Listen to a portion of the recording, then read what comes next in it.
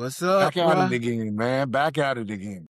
I'm telling you, man, another week with another subject. We starting on our third episode of our series of 250 year 250 in America. This week's episode is titled Black Genius, the cultural engine of America. Family, welcome back to Gents Making Sense. Today's episode, this one is the love letter, a celebration, a reminder.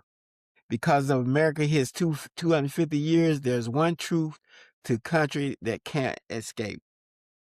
Black genius is the cultural engine of America. And we're going to tell you why tonight. If America had a soundtrack, a style, a flavor, rhythm, a soul, it would be black. And not by accident, by brilliance, by innovation, by survival, by imagination.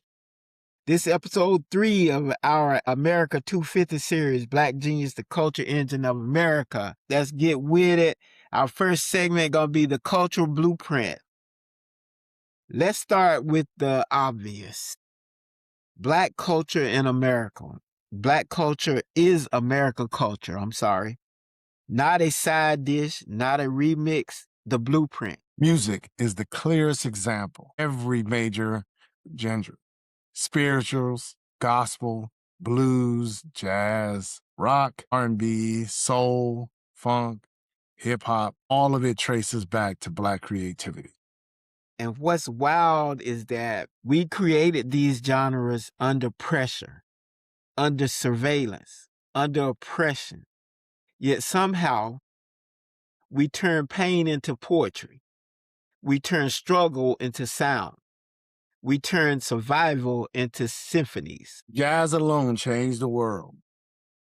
Improvisation, the idea of creating in real time, that's Black genius. That's innovation born from necessity.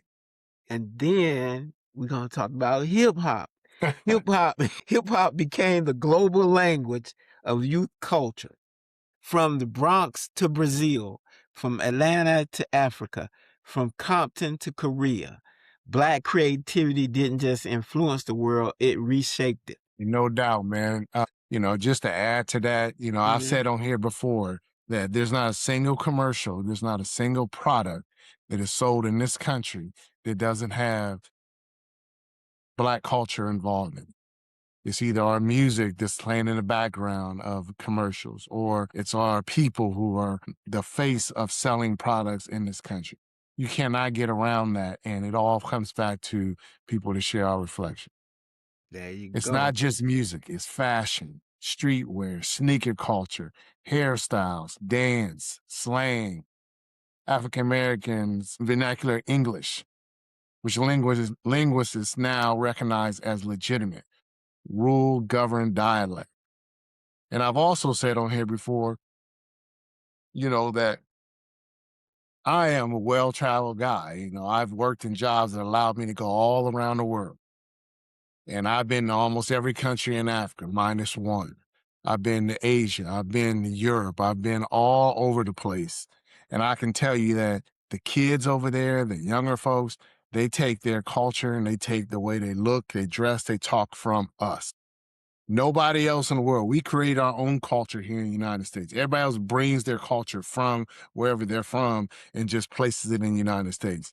We here in the United States have created our own culture that is spread around the world on a daily basis.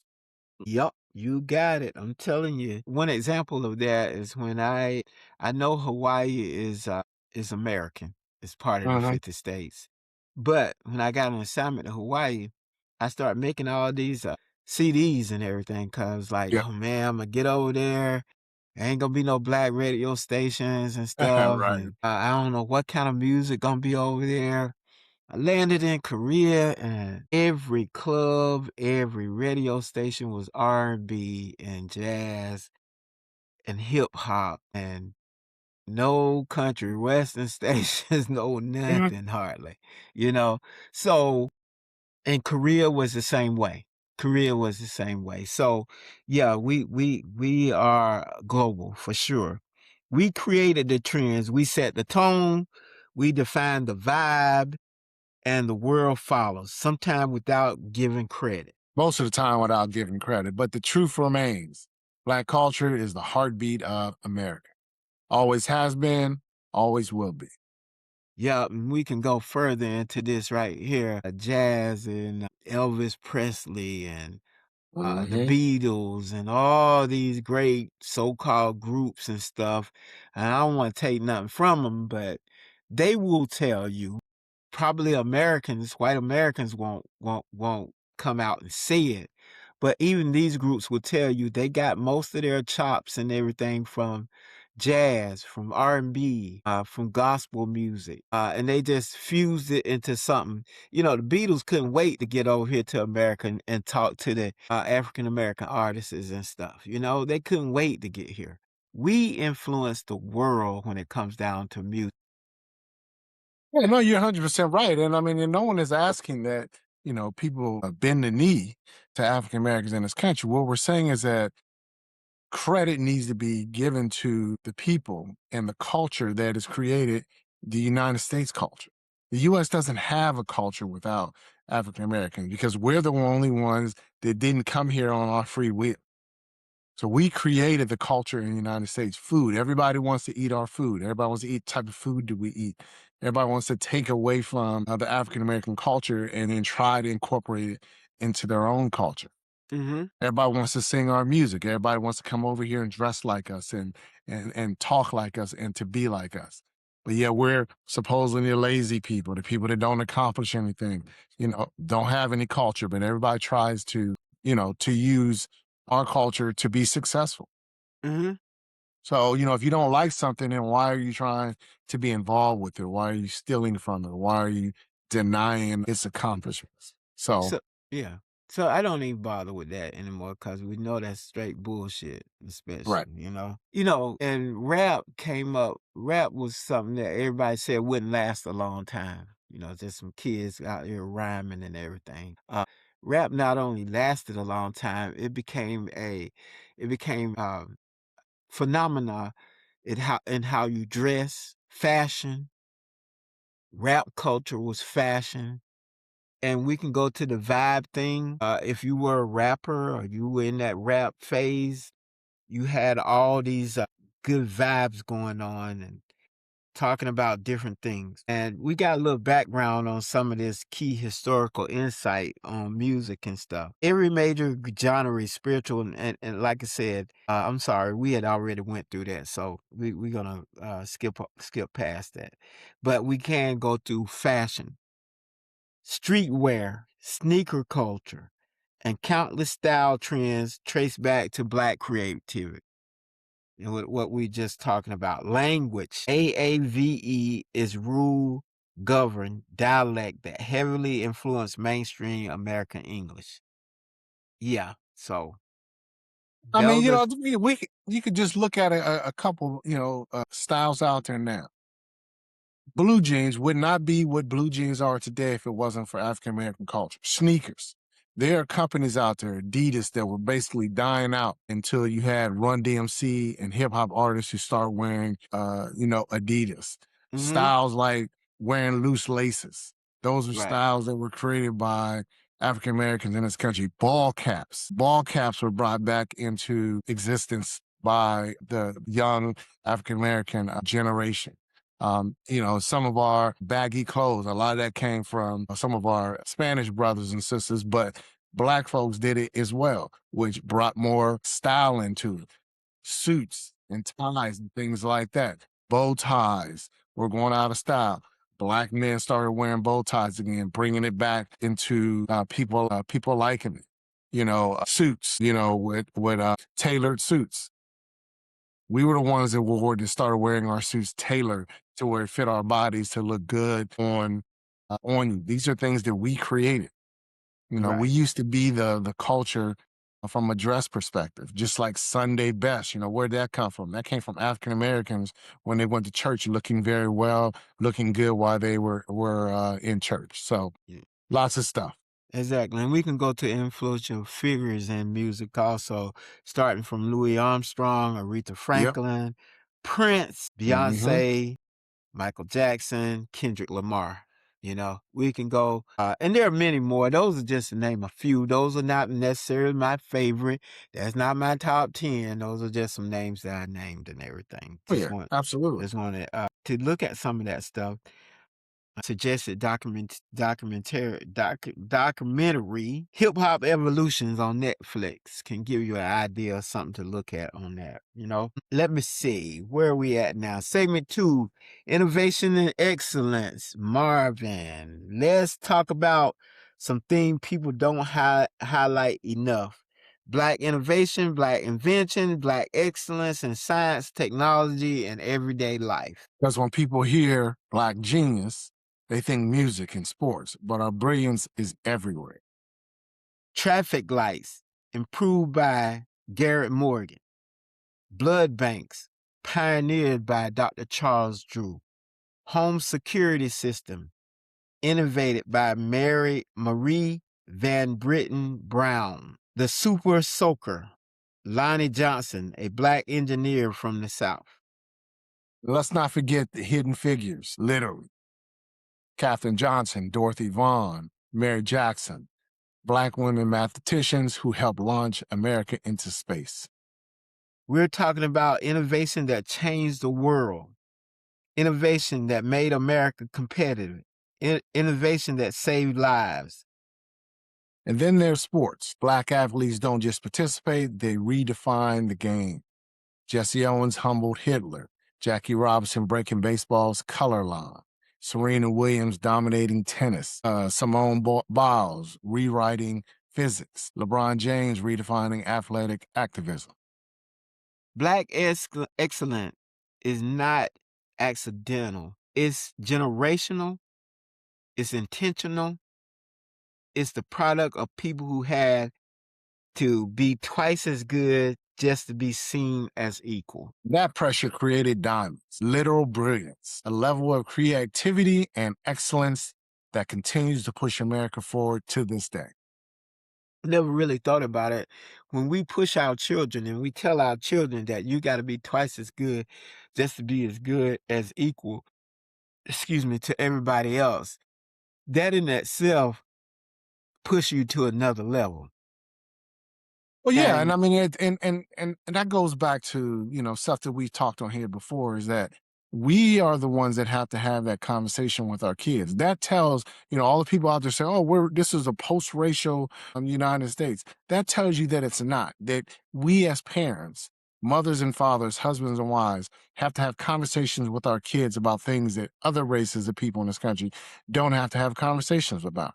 We have to tell our children that you have to be 2 times better than somebody to be successful, because there are people out there are organizations out there are businesses out there, and even now our government out there that wants to erase a major race of people who helped build this country. yep, for sure. So you can see how it's intentional Yeah, because we intentionally tell our children this, most of us right. anyway. So you can see how it's intentional. It's not a mistake that it happened this way. It is what it is, and that's how we see it today. Let's do segment 3, the burden of being the blueprint. Because what we've been talking about does come with a burden. Now let's talk about the part that's harder to swallow. Being the blueprint comes with a burden. Because America loves Black culture, but struggles with Black people. Loves our product, but not always the producer. We see it in music, where Black artists create genres that others profit from. We see it in fashion, where Black styles become mainstream without credit. We see it in language, where AAVE is cool on TikTok, but unprofessional on a job interview. Culture. Culture theft is real. Appropriation is real. But so is influence, so is impact, so is ownership when we claim it. That's the shift happening now. Black creators are building platforms. Black entrepreneurs are building brands. Black artists are owning their masters. Black designers are leading global fashion houses. Black filmmakers are telling our stories on our own terms. And that last one, I said it last week and I'll say it again, is we need to get better at producing movies that show our story and talk about our people. And stop making movies that are all just a bunch of buffoonery. Shout out to Russ Kugler for actually doing Sinners, and seeing Black people in something other than making people laugh. Shout out to him in his future movie of a movie about Mansa Musa out of Mali, the Mali Kingdom. Those are the type of movies that we need to see. It doesn't need to be at all the time. Nothing wrong with going to the movies and laughing. But every movie that we put out should not be a movie where we got good filmmakers out there. We have good storytellers out there. We need to start telling our story and stop allowing other people to write our story for us, because they're never going to tell the truth about what we've accomplished. We're not just creating culture, we're owning it. We're protecting it. We're monetizing it. We're teaching the next generation how to build without begging for permission. And that's the evolution of Black genius.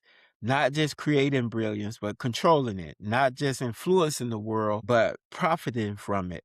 Not just being the engine, but owning the vehicle. Closing, man. When America celebrates 250 years, it's really celebrating 250 years of Black creativity, Black innovation, Black imagination, Black genius. We are the rhythm. We are the flavor. We are the soul. We are the spark. We are the blueprint. And the world knows it, even when it pretends not to. So, as we honor America 250, we honor ourselves, our ancestors who created beauty under brutality, our elders who carried culture through chaos, our generation that's reclaiming what was stolen, and our children who will talk, who will take Black genius even further. That's good there, man. That's really good. Yeah, that is. Yeah. So, family, thank you for joining us for episode 3. Next episode, the finale, we're talking about the future, what America owes us, and what we owe ourselves.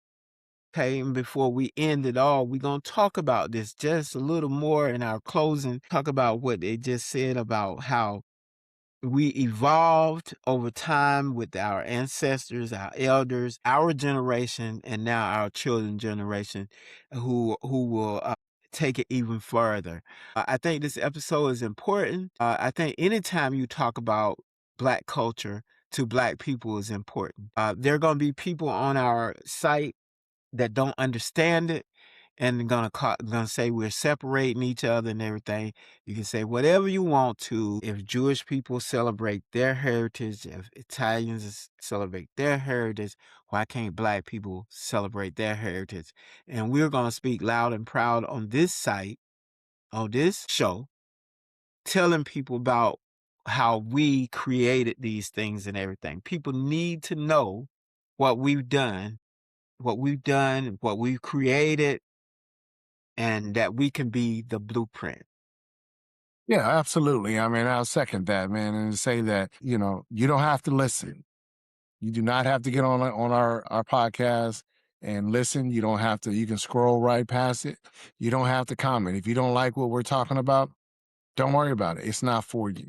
We want our people to recognize that you have been a humongous, significant part of the success of this country. And even as our president and the White House and the party that's in charge of our country right now tries to erase what we've accomplished and try to celebrate America 250 without acknowledging our contributions, you can take the time by sitting down with your children, with your teenage children, even with your adult kids, adult children, and talk to them about what you have accomplished and what our people have accomplished in this country. So the next time they go and they watch something on Fox News or one of these Republican channels and they're trying to eliminate what we've accomplished, you can look at that and say, that's not true. I know it's not true, and I know what our people have accomplished. That's the goal of this podcast and of Tony and I. In this series in particular. And I'm gonna just give y'all some other things. So it's kind of like homework. This Yeah, might not be our this might not be our most watched show because like I said, when it tends to be when we talk about stuff like this, it don't get as much attention. If you're looking for buffoonery on Gents Making Sense, you won't find it here. not gonna find it. So we're gonna talk about serious stuff. So suggested videos and documentaries. I'm sorry. Hip Hop Evolution Netflix, Summer Soul Hulu Disney Plus, The Black Godfather Netflix, Hidden Figure, A High on the Hog Netflix, Quincy next Netflix. I'm not promoting Netflix. It just so happened that Netflix Let got me some add, let me add, historical stuff. let me add another one, which is Cross. Yeah. Alex Cross Yes. on Prime. Yeah. That's a show based out of DC. James Patterson writes the books on him. I would suggest you read the series. He's a black DC detective that focuses on from a psychology standpoint. So that's Yeah. another one to watch. Good one, good one. Suggested books: The Warmth of Other Suns, Isabella Wilkerson; Futures, Drew and Wortham; Hidden Figures, Margaret Lee Shetterly; Mo Meta Blues, Questlove; Decoded, Jay-Z. Powerful quotes. Here we go. Black culture is the heartbeat of America. We are the rhythm, the flavor, the soul, the spark. To be black and creative in America is to make something out of nothing and make it beautiful. The world copies black culture because it cannot replicate black genius. So, why this episode matters in American 250? As the nation celebrates 250 years, it must confront the truth. America's cultural identity is inseparable from black creativity. I'm going to say that again. America's culture identity is inseparable from black creativity. This episode reframes the celebration by centering the people who shaped the nation's sound, style, and soul. I think that just about did it. Anything you want to add to that?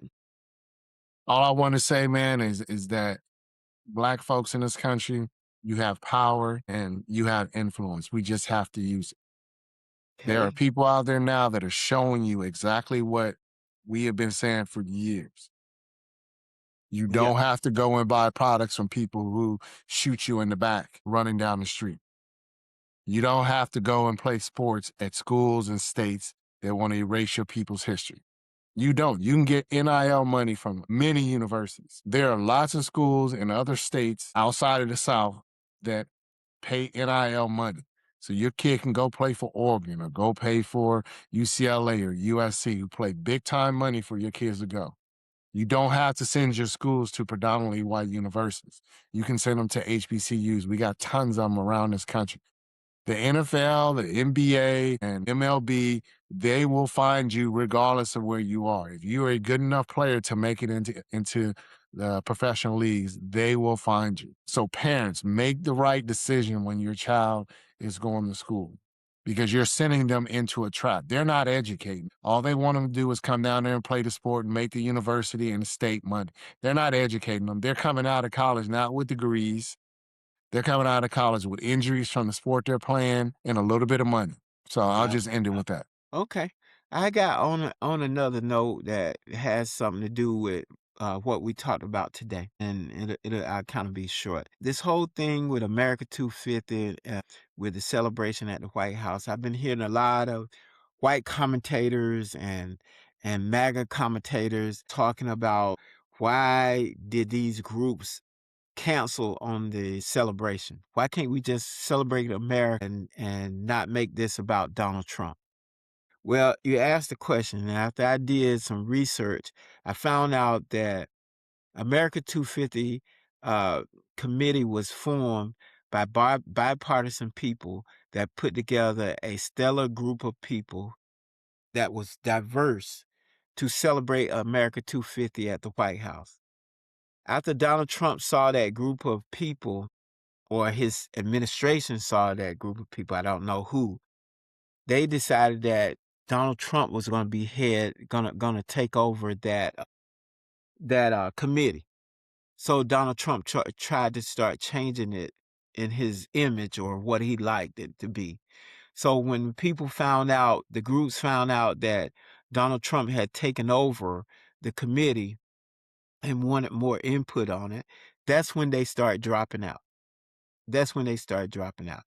When it became, in my opinion, when it became more about Donald Trump than America 250, that's when it changed. Everything changed. And the people that were originally scheduled to celebrate didn't want to be there because they didn't want to be seen as celebrating Donald Trump. So that's it. Okay. If you have nothing else, like we always say, stay black, stay woke, and act like your ancestors invested in you. Yes, sir. Okay, thank you. All right, man.